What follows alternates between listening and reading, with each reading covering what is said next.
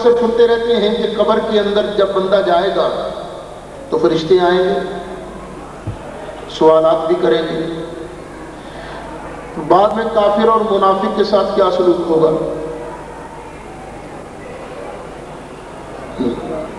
ڈنڈے پڑیں گے اسے، سیدھی سی بات ہے۔ اب ماشاءاللہ لگتا مجھے یوں ہے کہ آپ سارے سکول بھی پڑھتے رہے ہیں، شاید ہی کوئی ہو جو سکول نہ گیا ہو۔ تو فیصل آباد میں تو سکول میں تو ماسٹر صاحب سے ڈنڈے پڑتے ہیں، پتہ نہیں کراچی میں پڑھتے ہیں کہ نہیں پڑھتے؟ پڑھتے ہیں۔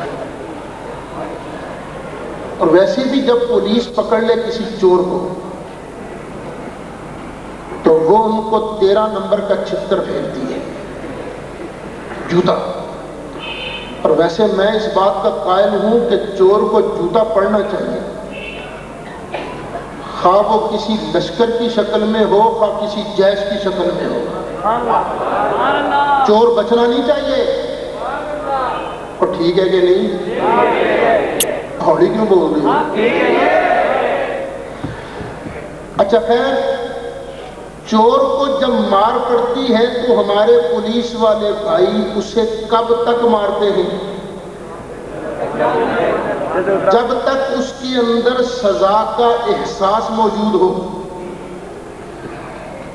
اچھا بعض اوقات ذرا ہاتھ سخت بھی پڑ جاتا ہے نا، چور بھی ڈھیٹ قسم کا آ جاتا ہے، تو اس کے جسم سے روح نکل جاتی ہے۔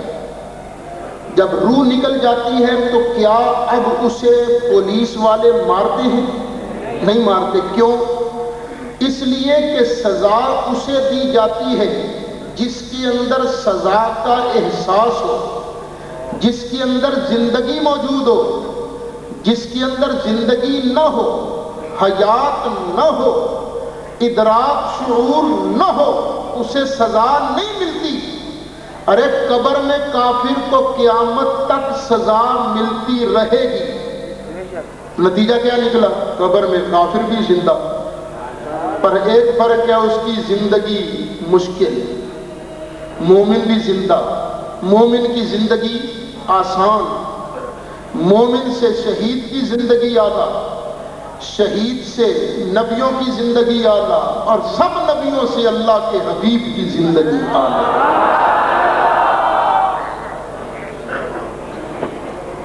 اللہ کے پیارے نبی نوح علیہ السلام نے اللہ کا پیغام 950 سال تک سنایا،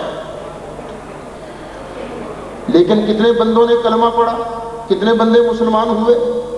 تقریباً 80۔ جب قوم نے ضد رکھی، شرارتیں شروع رکھی، تو اب حضرت نوح علیہ السلام نے اللہ کی بارگاہ میں دعا مانگی، عرض کیا رب لا تذر علی الارض من الکافرین دیارا۔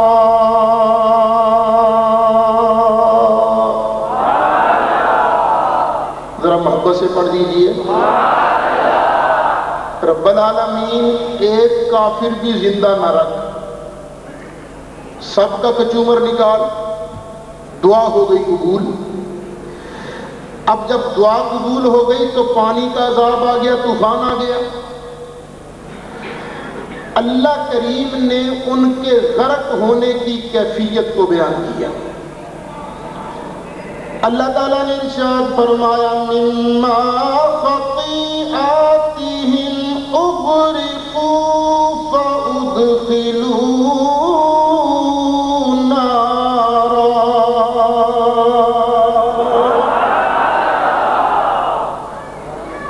کیسے ان کے غلیظ کرتوت تھے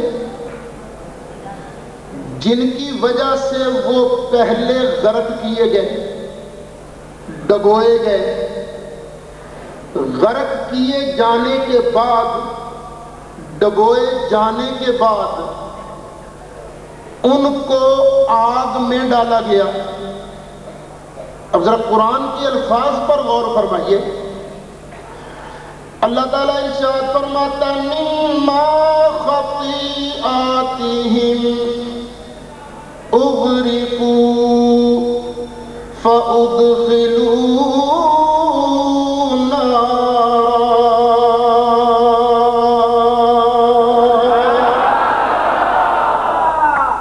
اللہ نے ان کو سزا کیا دی، پہلے ان کو ڈبویا، بولو یار، غرق کیا، ڈبویا، ڈبونے کے بعد، غرق کرنے کے بعد اللہ نے ان کے ساتھ کیا کیا؟ ان کو آگ میں ڈالا۔ اب غرق کن کو کیا اللہ کریم نے؟ کافروں کو۔ لیکن بس یہ بتانا کافروں کی روح کو غرق کیا تھا یا کافروں کے جسم کو؟ کافروں کے جسم کو۔ اب قرآن کے الفاظ پر پھر غور کرنا، مما خطیئاتہم اغرقوا فادخلوا نارا۔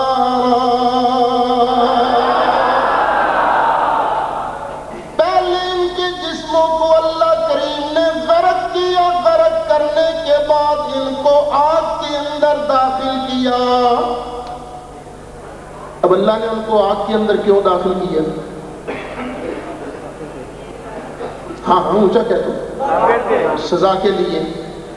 تو پھر ان کو سزا کا احساس ہوتا ہے کہ نہیں؟ کن کو سزا کا احساس ہوتا ہے؟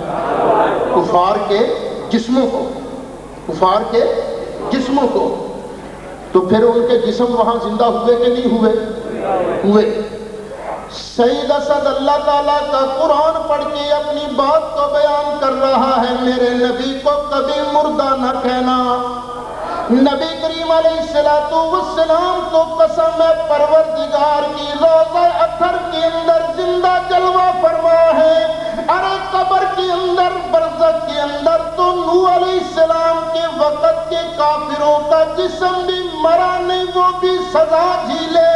جب ان کا جسم زندہ لیکن مشکل میں، تو پتہ یہ چلا مومن جائے گا، مومن کا جسم مشکل میں نہیں آسانی میں ہوگا۔ مومن سے شہید کی زندگی اعلیٰ، شہید کی زندگی سے نبیوں کی زندگی اعلیٰ، اور سارے نبیوں سے اللہ کے محبوب کی زندگی اعلیٰ۔